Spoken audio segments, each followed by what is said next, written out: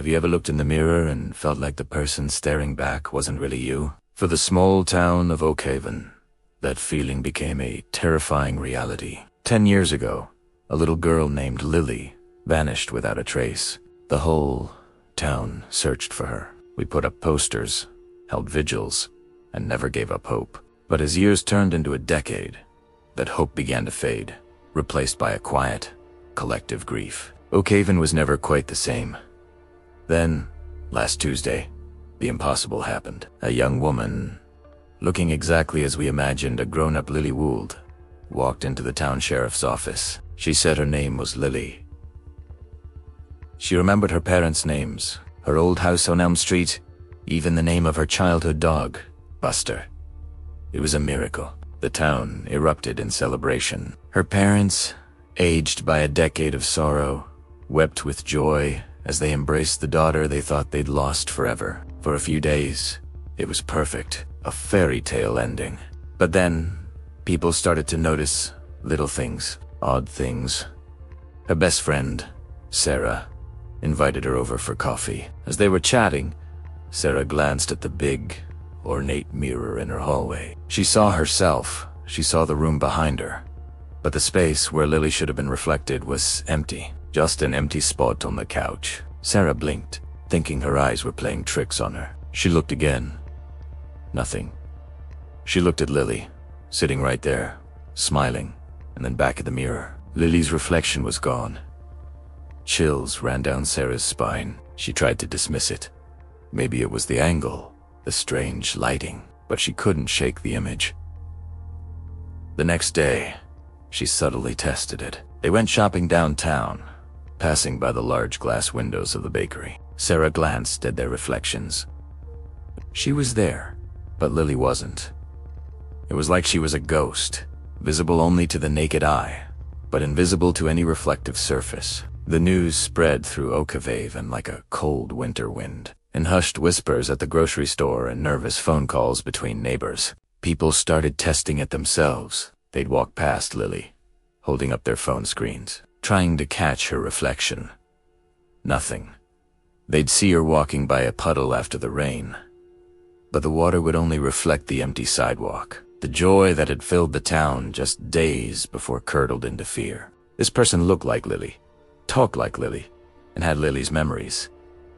But something was fundamentally wrong. The welcome home banners started to look menacing. The celebratory smiles were replaced with looks of suspicion and terror. Her parents were the last to accept it.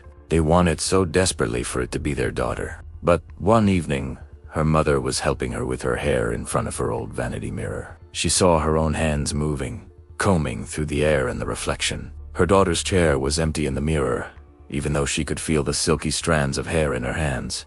In that horrifying moment, the denial shattered. She slowly backed away from the girl who wore her daughter's face. "Who are you?" she whispered, her voice trembling. The girl, this thing that called itself. Lily just smiled. A soft, gentle, and utterly chilling smile. She didn't answer. She didn't need to. The question hung in the air, a testament to the town's new nightmare. The returned girl was not a miracle. She was a mystery. And the most terrifying part was the blank space she left in every mirror, a void that seemed to stare back at us, reflecting our own deepest fears. What was she? A ghost? A doppelganger? Something else entirely. The theories flew around town. Old Man Hemlock, who knew all the local folklore, spoke of ancient spirits that couldn't cast reflections, creatures that steal a person's identity to walk among the living. He said they were hollow inside, just a shell of a person. That idea stuck. The hollow Lily. The town became a prison of paranoia. People started covering their mirrors, avoiding shop windows. The sheriff was at a loss. How do you arrest someone for not having a reflection? What crime had been committed? She hadn't hurt anyone. In fact, she was polite, quiet, and kept to herself. But her very presence was a violation, a chilling reminder that the world was not as it seemed. The real terror wasn't about what she might do, but what she represented. If Lily could be replaced by...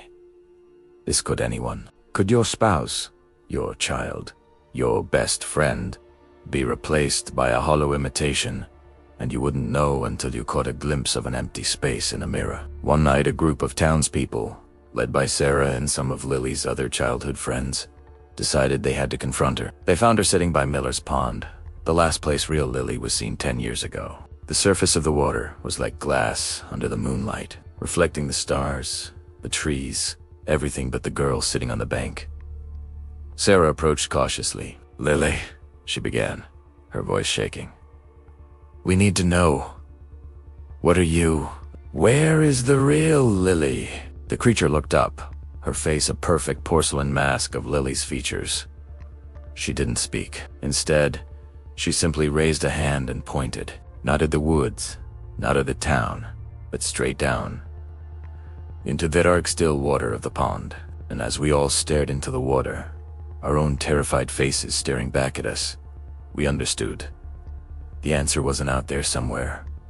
It was right here. The real Lily wasn't coming back. This thing that wore her face was a message, a sign. Some doors, once opened, can never be closed again. And some reflections, once lost, are gone forever. The hollow Lily remained in Ocavan, a silent, smiling monument to the girl we lost, and a constant, terrifying question mark in the heart of our town. We learned to live with her, this girl with no reflection. We learned to stop looking in mirrors, afraid of the empty spaces we might find next to us. Thanks for tuning in. If this story gave you chills, make sure to hit that like button and subscribe for more unsettling tales. Let me know in the comments what you think the hollow Lily really is. Stay safe, and maybe don't look in the mirror for a little while.